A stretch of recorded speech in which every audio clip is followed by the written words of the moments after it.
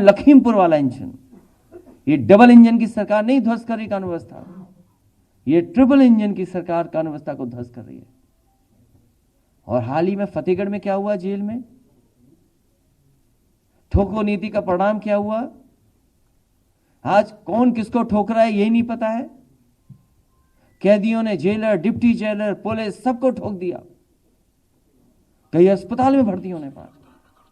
और एसआईटी पर सवाल खड़े हुए हैं। ये एसआईटी पे सवाल समाजवादी पार्टी या कोई दल नहीं खड़ा कर रहा है, माननीय सुप्रीम कोर्ट ने खड़ा किया सवाल। और एसआईटी की पहली जांच नहीं है, किसको फंसाना है, किसके पीछे लगाना है, एसआईटी किस दिशा में जांच ले जाए, ये सरकार और भारतीय जनता पार्टी तय करती है। आखिरकार एसआईटी की अपनी जांच कब होगी, उसकी मॉनिटरिंग कौन करेगा? ये सभी संस्थाओं को ध्वस्त करने का काम कर रही भारतीय जनता पार्टी। इनके फैसले संस्थाओं को खत्म कर रहे हैं। इसलिए 22 में बदलाव होकर के रहेगा। मुझे खुशी है इस बात की कि हमारे समाजवादी पार्टी के एमएलसी पम्मी जैन, उनके प्रयास से, उनकी टीम के प्रयास से एक बहुत अच्छा परफ्यूम बनाया है। और जैसा कि उन्होंने कहा, जो महकते हुए जाएंगे उन्हें समाजवादी पार्टी और समाजवादी विचारधारा याद दिलाते हुए जाएंगे। रंग भी लाल हरा रखा है आपने, अगर कहीं दूसरी जगह चली जाए ये बोतल, खुशबू बदल पाए ना बदल पाए, लेकिन रंग जरूर बदल देंगे। और जब ये हमारे पत्रकार साथी लगा कर जाएंगे तो समाजवादी खुशबू वहां भी पहुंच जाएगी, वो जान जाएंगे कि कौन आने वाला है। उत्तर प्रदेश को बर्बाद करने का काम अगर किसी ने किया है तो भारतीय जनता पार्टी ने लगातार उत्तर प्रदेश को 4.5 साल में पीछे कर दिया, बर्बाद कर दिया। हमारे व्यापारी लोग बैठे हैं, इनसे पूछिए व्यापार की क्या हालत है। व्यापारियों ने आत्महत्या की है, छात्र नौजवानों ने आत्महत्या की है, किसान ने आत्महत्या की है। कोई जवाब है सरकार के पास कि किसानों ने जहां आत्महत्या की हो, व्यापारियों ने बड़े पैमाने पर आत्महत्या कर ली? कोई जवाब है सरकार के पास? आज आत्महत्या में हम आगे जा रहे हैं, कोई है जवाब सरकार के पास? ये सरकार बड़े लोगों के लिए है। नोटबंदी से बड़े लोगों को, बड़े उद्योगपतियों को लाभ पहुंचाने का काम भारतीय जनता पार्टी ने किया। आज रुपया कहां है? सुनने में आ रहा पहले से ज्यादा बाजार में पैसा आ गया। जितना सर्कुलेशन में पैसा पहले था उससे ज्यादा पैसा बाजार में आज सर्कुलेशन में है, कैश। तो आखिरकार भारतीय जनता पार्टी बताए किसके फायदा क्या है। और खजांची आज तो लखनऊ में रुके हैं, कम से कम भारतीय जनता पार्टी से कहूंगा कि खजांची को बुला के कम से कम इनका तो सम्मान कर दो।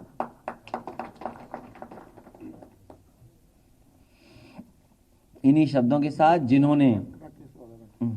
जिन्होंने खजांची को उपहार के रूप में कुछ न कुछ सहयोग किया है, मैं उन सभी लोगों का बहुत बहुत धन्यवाद देना चाहता हूं। और खजांची है इसलिए वो समझता है पैसा कहां है। एक हमारे विधायक धरने पर हैं, हमारी अपील है उनसे कि जो सरकार बहरी हो और अंधी भी हो गई हो, उसके खिलाफ क्यों लड़ते हो? वो भी भूख हड़ताल में बैठे हो। आप छोड़िए धरना, स्वस्थ होइए और स्वस्थ होकर के सरकार के खिलाफ लड़ने की तैयारी करिए। हमारी अपील है, हमारे लीडर ओपोजिशन जाएंगे और उनको भूख हड़ताल से हटाने का काम करेंगे। उनसे अपील करेंगे कि भूख हड़ताल पे अब न बैठें। और जो लोग शामिल हुए हैं, मैं उन सभी लोगों का समाजवादी पार्टी में आने पर उनका स्वागत करता हूं, बधाई देता हूं। इससे पार्टी और मजबूत होगी, विचारधारा और लोगों तक पहुंचेगी। हमें भरोसा है कि समाजवादी पार्टी को मजबूत बनाने के लिए लगातार आप जनता को जोड़ने का काम करेंगे। ठीक है।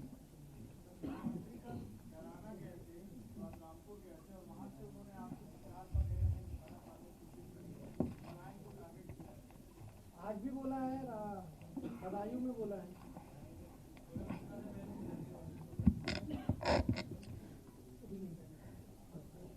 उत्तर प्रदेश में बड़े पैमाने पर किसानों ने आत्महत्या की है। भारतीय जनता पार्टी के पास क्या जवाब है?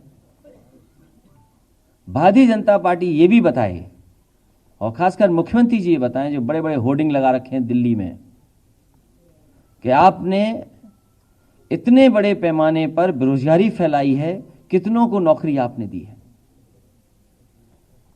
लॉकडाउन से, और जिस तरीके से लॉकडाउन किया गया, न जाने कितने मजदूरों को अपमानित होना पड़ा, जान चली गई। उसके लिए सरकार क्या कर रही है? भारतीय जनता पार्टी को अपनी उपलब्धियां बतानी चाहिए कि उन्होंने 4.5 साल में क्या काम किया है। अखिलेश जी, प्रधानमंत्री मोदी के उत्तर प्रदेश में दौरे बढ़ गए हैं। 16 प्रधानमंत्री मोदी के उत्तर प्रदेश में दौरे बढ़ गए, और हो सकता है ये अंग्रेजी में छपा हो, ये अंग्रेजी टाइम्स ऑफ इंडिया है, हो सकता है मुख्यमंत्री जी ने पढ़ा हो सकता है उन्होंने पढ़ा हो। नहीं, सवाल अंग्रेजी, उनका नाम भी तो पार्टी का अंग्रेजी है ना, भारतीय जनता पार्टी। पार्टी अंग्रेजी शब्द है, तो इतनी तो अंग्रेजी आती होगी उन्हें।